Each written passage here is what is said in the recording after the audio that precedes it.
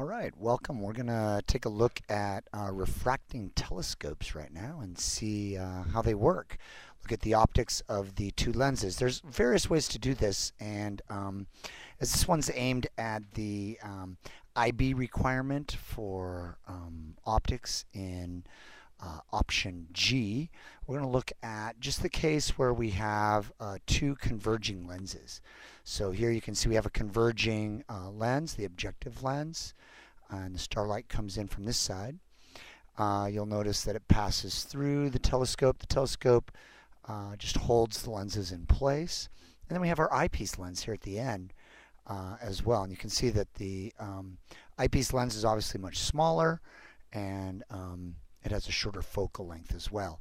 Light coming from a star is coming from so far away that that light ends up being parallel as it enters the lens. And we're going to assume that the person viewing is focusing at infinity, and so that means that their eye is going to have to do the converging of that parallel light, and that the light coming out of the eyepiece will indeed also be parallel. And so let's take a look at what we consider angular magnification in this setting. Okay, so the first thing I'd like to do is just look at the actual rays coming from a distant object.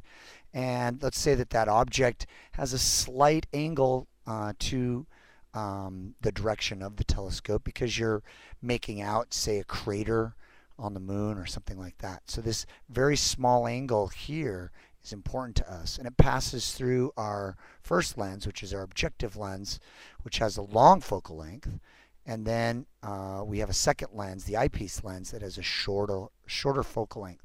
And you'll notice that the parallel rays that come out from the eyepiece have a slightly bigger angle than the incoming. And we can zoom in on this if we'd like to and make it more exaggerated. Here we have big angles. You can see a slight difference in angle because the focal lengths aren't that different.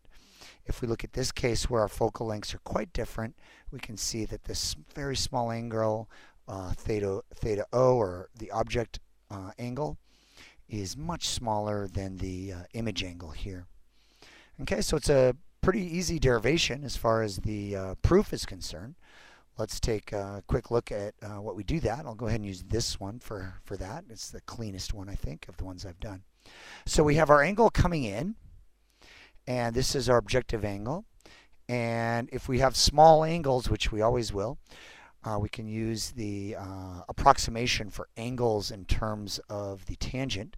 Those of you that have been watching some of these other videos have looked at this image before, where I can just look at small angles. This angle can be approximated quite easily without actually taking an arc tangent and just taking the ratio of the opposite over the adjacent sides and calling that the angle if we're in radians, which will be the case here. So we'll go ahead and assume we're in radians, and we'll take h over fe, which you can see here is this angle theta I.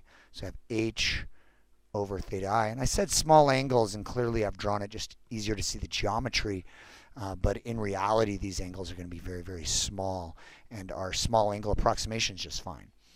Okay, but obviously at the angle shown, the small angle approximation wouldn't work out.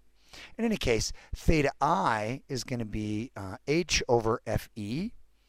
And if you look over here, we're going to have theta O being h over fo. And so we have h over fe divided by h over fo, since the angular magnification is defined as the image angle over the object angle. The h's cancel. The fo that's on the bottom of the bottom is going to end up on top. And we have our IB required conclusion here, that we simply can take the focal length of the objective lens divided by the focal length of the eyepiece lens to get our angular magnification, which is going to be true for our converging lens cases for making a telescope. And that's the basics of the optics of a telescope. Hope it helped a little bit with your proofs. Good luck.